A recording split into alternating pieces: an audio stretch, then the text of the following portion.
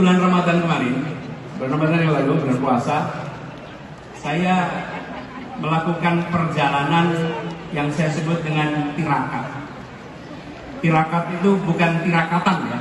Tirakat ini adalah sebuah perjalanan untuk mendengar, untuk menyerap, untuk merasakan suasana terkini yang ada di masyarakat kita.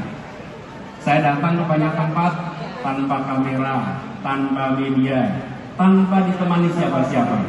Seringkali saya hanya datang sendirian dan masuk satu tempat, masuk ke sebuah warung, tahu-tahu yang punya warung ngeliatin aja. Ini seperti kenal tapi siapa? Kan di pelosok di banyak tempat, jadi nyapa juga belum tentu berani. Saya ngobrol dengan masyarakat, saya mendengar cerita mereka, dan saya temui mereka bukan untuk selfie dan diposting di pagi hari. Bukan, saya bukan lari-lari untuk posting foto. Saya lagi mendengarkan suara mereka. Saya ketemu dengan ibu-ibu, bapak-bapak yang memiliki keinginan masa depan anak-anaknya yang lebih baik. Paling sering saya temui ibu-ibu yang menceritakan, Pak, anak saya pintar, Pak, anak saya potensial, Pak, berikan pada kita semua pendidikan yang baik, biar anak-anak kita punya masa depan yang lebih baik. Saya ketemu dengan Bu Yuli. Bu Yuli ini pemilik apotek Yap di Pasuruan. Saya juga sempat mampir ke Grobogan. Di situ saya bertemu dengan seorang petani. Jadi kami lagi jalan, saya lihat para petani sedang bekerja, saya berhenti, mampir. Sendirian saja. Namanya Pak Suwarto. Lalu untuk Pak Suwarto, salaman. Ketika salaman, saya merasakan melihat tangannya sedang, kalau bahasa Jawa, lagi ngerabu. Ngerabu itu memberi apa? Pupuk. Jadi saya tanya, Pak, gimana kondisi di sini? Ini biasa, Mas. Dari dulu ya begini.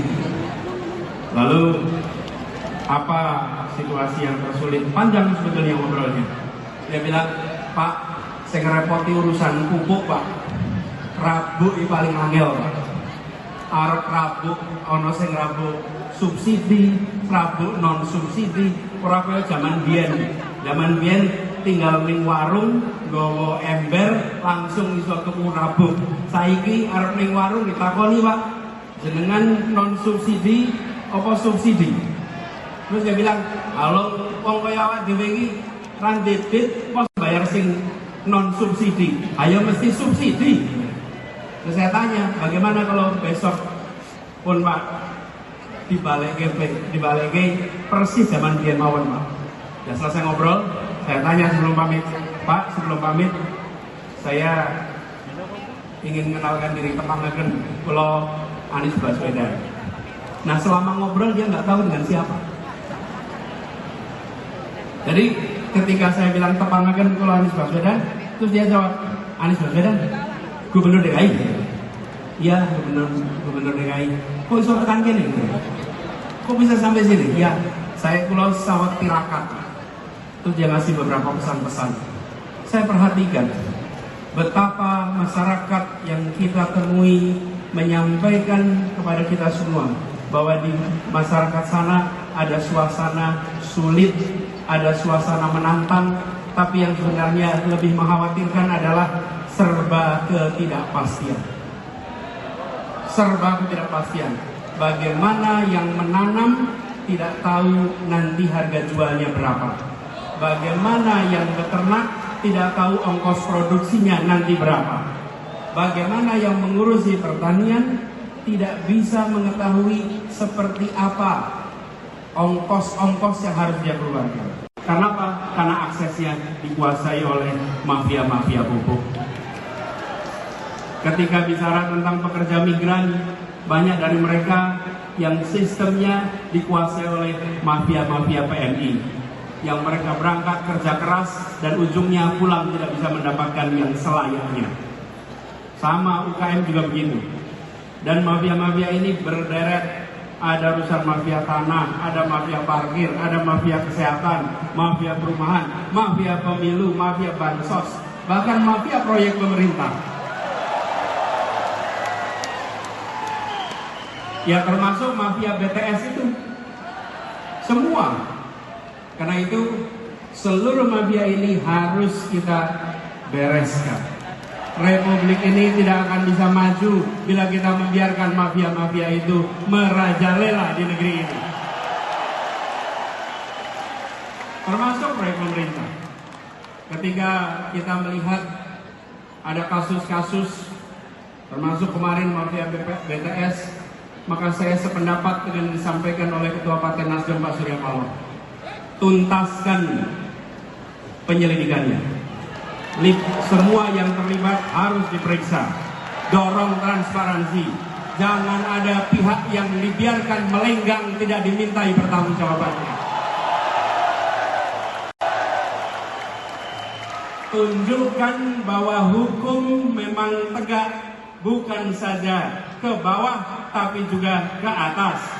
Bukan saja ke lawan tapi juga ke kawan. Hukum tegak untuk semuanya. Dan transparansi ini perlu dilakukan secara menyeluruh. Jangan sampai ada intervensi politik dalam penanganan kasus. Ini panggilan bagi kita semua. 25 tahun yang lalu kita berkomitmen memberantas KKN. Sekarang kita berkomitmen untuk memberantas mafia-mafia yang ada di Republik.